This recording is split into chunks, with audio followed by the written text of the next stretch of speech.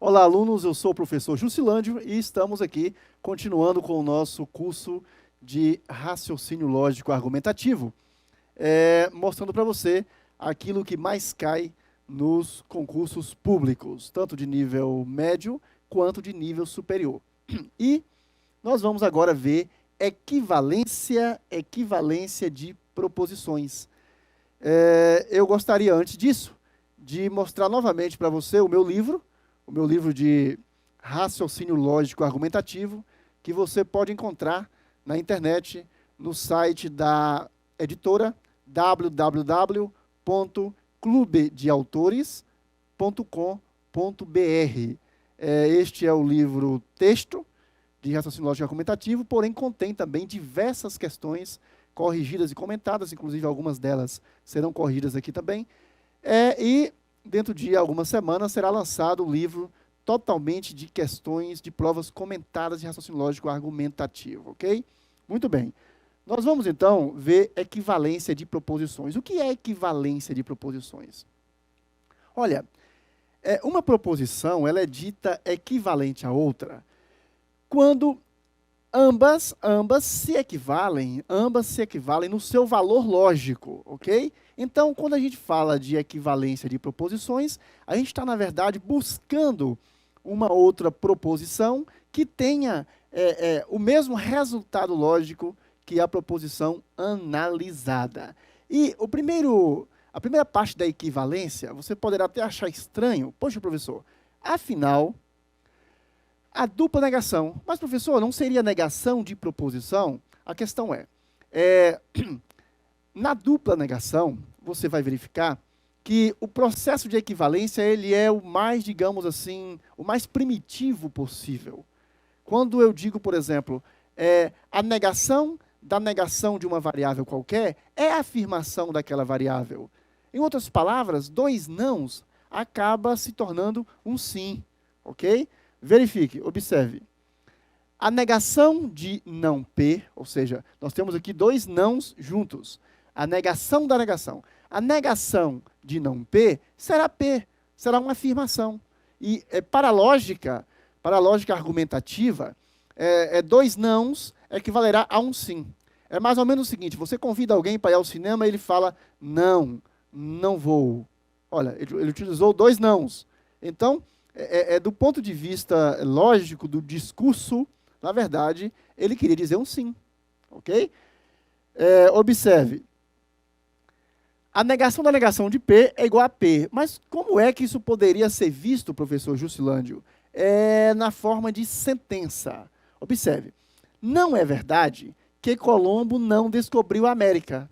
Ora, se não é verdade que Colombo não descobriu a América, eu estou negando uma negação. Então, se transforma numa afirmação. Ora, Colombo descobriu a América. Ok? Cuidado com isso aí, por favor. Não é verdade que Colombo não descobriu a América. Ora, se não é verdade que Colombo não descobriu, ok? Então, Colombo descobriu.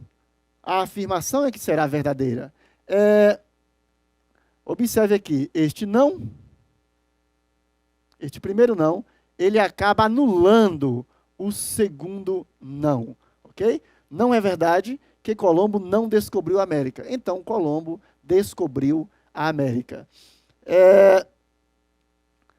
Qual é a utilização prática disso aqui? Você, em equivalência de proposição, o que vai acontecer? A questão ela vai trazer para você uma sentença e vai pedir que você diga, por exemplo, isso é o que geralmente acontece, qual das alternativas possui uma sentença equivalente, uma proposição composta equivalente àquela dada. Neste caso aqui, por exemplo, não é verdade que Colombo não descobriu a América. Encontre uma proposição equivalente à proposição dada. Obviamente, esta é uma das possíveis respostas. Como, professor? Possíveis respostas. Sim, porque dentro de equivalência, nós temos outros tipos, outras formas de equivalência que podem ser estudadas. Então, geralmente será assim. Você terá a questão, no comando da questão, no enunciado da questão, se estará solicitando que você aponte uma alternativa que seja equivalente, à alternativa, à condição dada, à proposição dada no enunciado. E você vai ter que mostrar qual é a equivalente. E a equivalência, digamos assim, a equivalência mais boçal, mais simples, a equivalência mais tradicional é a negação da negação de uma proposição, que será a afirmação dela. Isto é tão simples, tão boçal, mas as pessoas acabam se esquecendo disso aqui e serve de base para a compreensão de outros temas dentro da lógica argumentativa, ok? Vamos lá então. Propriedade comutativa. Você já deve se lembrar de ter estudado a propriedade comutativa na matemática. A propriedade comutativa. O que é comutar? Comutar é mudar, trocar de lugar, ok? Então, a propriedade comutativa, ela vai mostrar justamente esta troca de lugar. Então, a propriedade comutativa, ela pode ser utilizada também aqui na lógica para mostrar, para apontar proposições equivalentes a proposições dadas. Observe um exemplo. Aqui eu tenho esse sinal, como eu já disse, ele é o sinalzinho de conjunção, esse aqui, ó. P em conjunção com Q. Vou escrever aqui do lado. P em conjunção com Q. P em conjunção com Q. Como é que eu faço a equivalência através da propriedade comutativa? Eu tenho P em conjunção com Q. Seria mais ou menos o seguinte, lembrando aí das aulas anteriores. Se eu tivesse assim, Maria gosta de chocolate e de bacalhau. Então, nós temos aí, Maria gosta de chocolate e Maria gosta de bacalhau. Nós teremos aí duas proposições unidas por uma conjunção, formando uma proposição composta. Eu fiz questão de falar para você de chocolate e bacalhau, que não tem semelhança alguma, justamente para você perceber que o que importa aqui, neste caso, é a estrutura da sentença. É ela que importa. E dentro da estrutura da sentença, o que eu já falei bastante aqui, a essência do que está acontecendo, ok? Então, como é que ficaria então? Olha, se eu tenho P em conjunção com Q, o inverso, a recíproca, vai ser verdadeira. Q estará também em conjunção com P. Q em conjunção com P. Então, se eu tenho assim a sentença, Maria gosta de chocolate e de bacalhau. Ora, é a mesma coisa que eu dizer assim, Maria gosta de bacalhau e de chocolate. Ok? Mas, professor, isso parece muito óbvio. Olha, mais uma vez, eu chamo a sua atenção para o seguinte. Cuidado com aquilo que é óbvio na lógica. Porque a gente tem uma tendência, o nosso cérebro é um tanto preguiçoso. Ele tem uma tendência a desprezar ou menosprezar, ou subestimar, é a palavra melhor, aquilo que parece muito óbvio. Então, porque nós somos pessoas inteligentes, e a gente acaba desprezando, deixando de lado aquilo que é óbvio e procurando algo mais difícil. O cérebro ele quer estar o tempo todo treinando. E a gente vê esse tipo de coisa e diz, para quê? É lógico que é óbvio que se eu tenho P em conjunção com Q, é a mesma coisa que Q em conjunção com P. Mas você verá que, às vezes, não é tão óbvio assim. Porque esta mesma propriedade comutativa, por exemplo, ela não pode ser usada com todos os conectivos. Ela não pode ser usada com todos os conectivos. Por isso, daí, a necessidade de você encarar com seriedade esse tipo de conhecimento, tá? Então, como é que ficaria, professor? Um outro exemplo além daquele que eu dei. Joana é advogada e Paulo é engenheiro. Joana é advogada e Paulo é engenheiro. Observe. Aqui, em Joana é advogada, eu tenho a proposição P, que eu vou chamar de P. Mais uma vez, isso é uma convenção. Você pode chamar de qualquer letra, mas, em geral, a gente chama as proposições com letras minúsculas, proposições simples, e proposições compostas com letras maiúsculas, ok? Então, Joana é advogada, proposição P. Paulo é engenheiro. Paulo é engenheiro. Paulo é engenheiro, proposição que. E nós temos aqui uma conjunção. Olha aqui o ezinho. Olha o ezinho aqui. Então, nós temos exatamente isso aqui, olha. P em conjunção com que. Ou seja, tudo isto aqui, toda esta sentença, toda esta proposição composta, ela pode ser representada, ela pode ser estruturada com letras, com símbolos, melhor dizendo, dessa forma aqui. P em conjunção com que. Ou seja, esta aqui é a estrutura, é uma síntese, né? Em símbolos da estrutura desta proposição aqui. Acho que não há mais dúvida em relação a esta questão estrutural das proposições compostas, tá? Ok. O que a gente quer mostrar aqui, o que eu quero mostrar aqui, é que dentro da equivalência de proposições, nós temos a propriedade comutativa. Ou seja, a propriedade comutativa nos mostra que a mudança de lugar, a troca de lugar entre as proposições simples, numa conjunção, não altera o sentido. Elas são equivalentes. Então, tanto faz eu dizer, Joana é advogada e Paulo é engenheiro, como eu dizer, Paulo é engenheiro e Joana é advogada, ok? Então, a propriedade comutativa, ela se aplica tranquilamente à conjunção. Mas, professor Juscelândio, essa propriedade comutativa, ela se aplica a outros conectivos além da conjunção? Sim, vamos ver? A disjunção, tá vendo aqui? Esse sinal de em V, ele é disjunção. Aqui eu tenho P em disjunção com que. É o nosso ou. P em disjunção com que. É o nosso ou. Juscelândio, o professor Juscelândio é economista ou bancário. Então, você tem o ou mostrando uma disjunção. P em disjunção com que? Será que eu posso inverter? Será que em disjunção com P é a mesma coisa que P em disjunção com que? E aí? Óbvio. P em disjunção com que é a mesma coisa que em disjunção com P. Como Q e P, a pronúncia se parece bastante, eu quero que você entenda o seguinte, vou mostrar para você. Ocorre que, se a primeira variável, que está aqui P, poderia ser qualquer uma, poderia ser X, poderia ser, por exemplo, X em conjunção com Y, ou neste caso aqui, que é disjunção, X em disjunção com Y. Você vai encontrar em provas não só P e Q, por favor. Você vai encontrar X, Y, algumas provas chegam a pôr até letras gregas. Não importa, é qualquer coisa em conjunção com qualquer outra coisa, tá?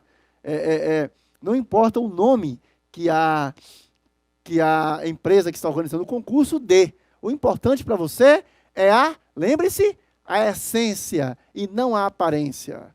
Professor, ainda é necessário o senhor falar de essência e aparência a essa altura do curso? Sim, é incrível. Mas tem aluno que conhece bastante conjunção, disjunção, conhece todos os conectivos, mas aí ele chega numa prova e a prova coloca assim, não me lembro mais qual foi a empresa organizadora, mas teve uma prova que a empresa brincou, né, fez um trocadilho interessante com algumas palavras com nome de frutas. E aí colocou mais ou menos assim, não me lembro muito bem a questão, mas é mais ou menos o seguinte, melão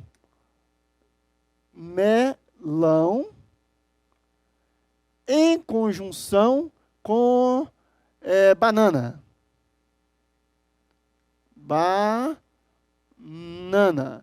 Aí dá um branco, o aluno entende. E agora? Melão em conjunção com banana? Eu aprendi P, Q. Olha, amiguinho, não importa.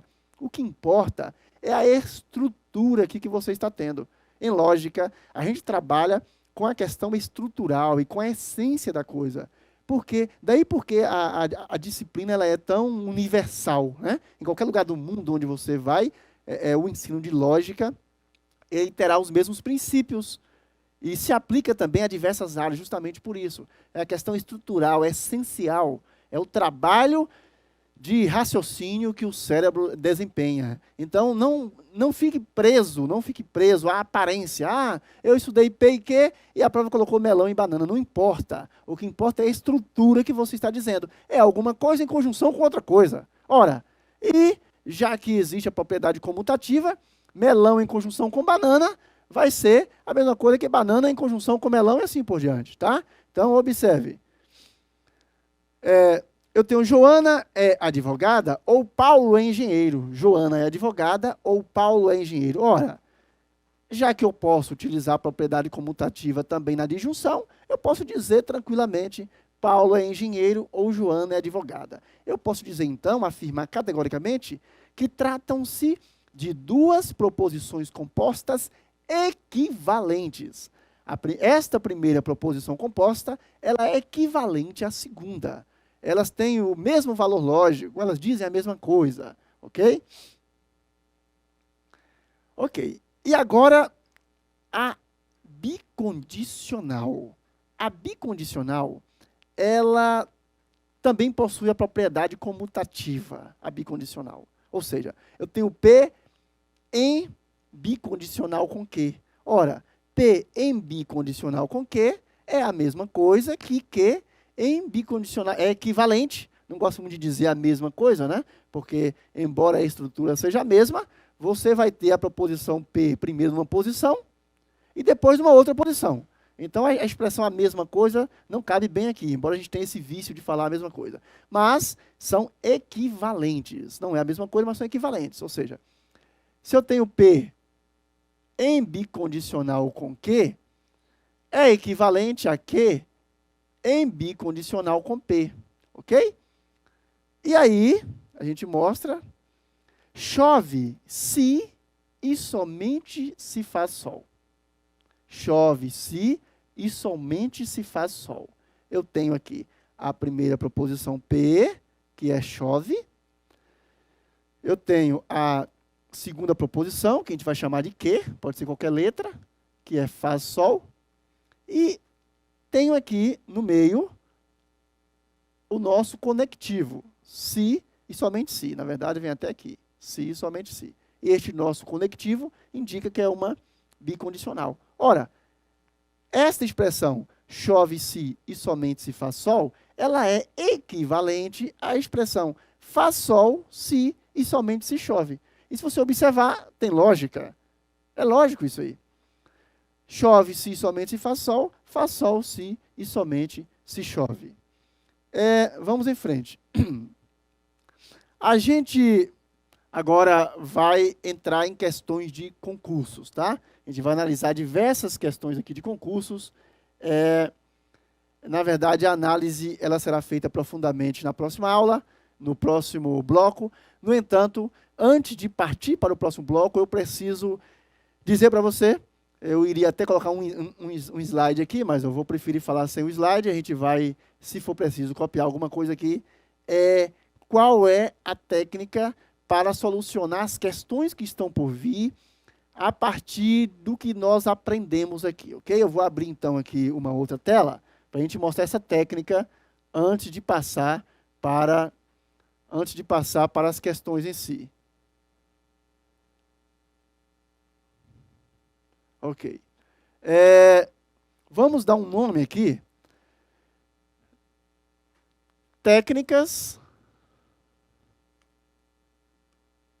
Técnica plural, né? Técnicas de solução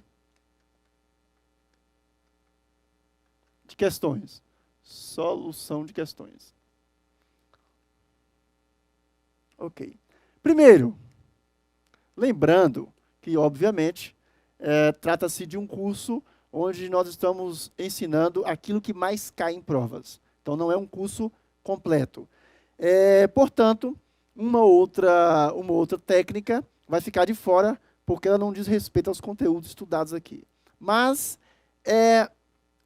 como é que funciona? Você recebeu a prova, está com ela na sua carteira, na sua mesa, o fiscal da prova deu o comando de que você pode começar a fazer a prova, e aí você se pergunta, e agora, para onde eu vou? Pegou a prova de lógica argumentativa, tá? Ou uma prova misturada, que tem argumentativa e quantitativa, e você está diante de uma questão argumentativa.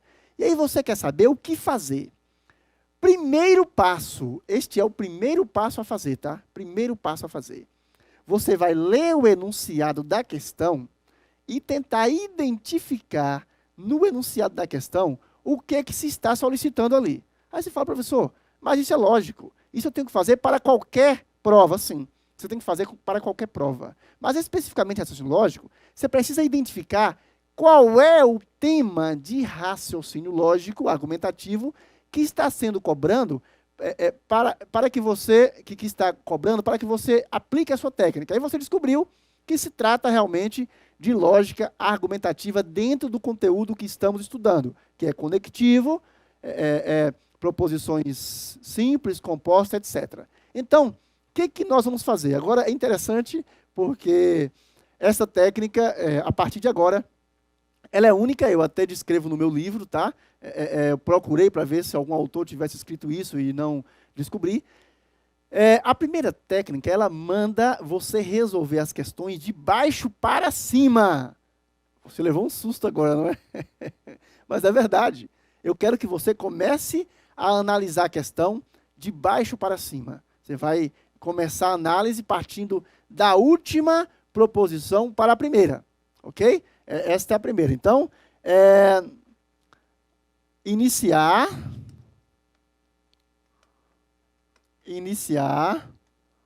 de baixo para cima.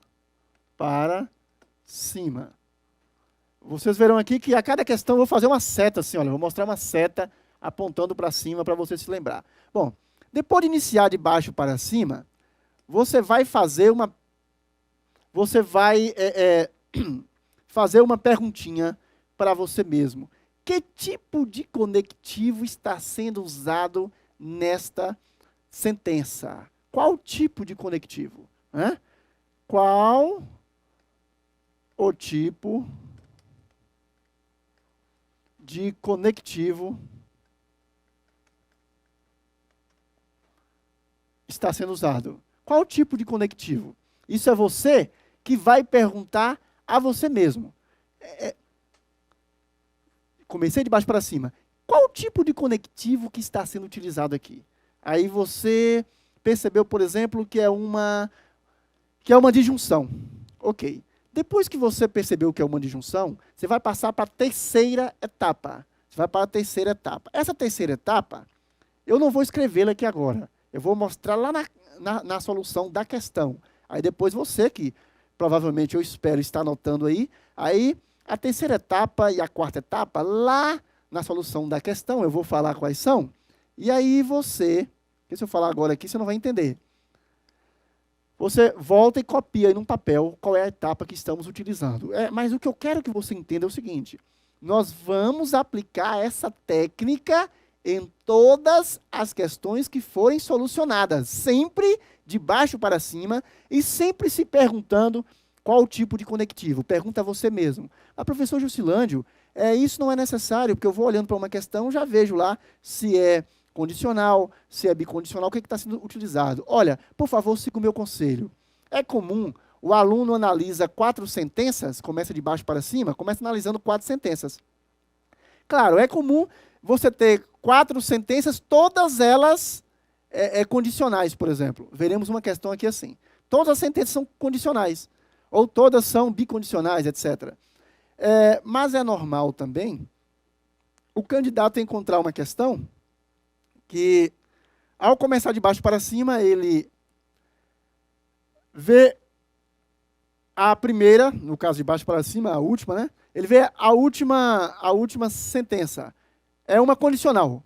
Aí ele parte para a penúltima. Também é uma condicional.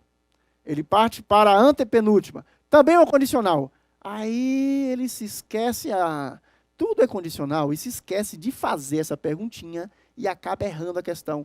Porque, de repente, a banca coloca lá no finalzinho, coloca uma sentença que não é condicional, que é, por exemplo, uma disjunção.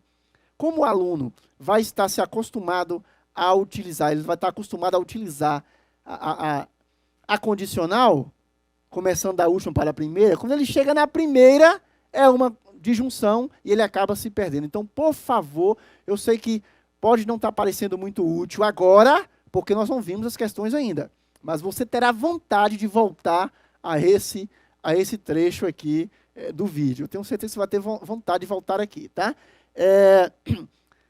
Vamos, então, partir para a solução de questões e, por favor, me acompanhe e a cada comando, pelo menos nas primeiras questões, nas primeiras duas, não tente resolver sozinho. Nas primeiras duas, você vai me ver resolvendo. A partir da terceira questão, eu vou pedir que você dê uma pausa no vídeo e tente resolver sozinho. Você verá a grande vantagem e você verá o grande progresso que você alcançou com essas aulas.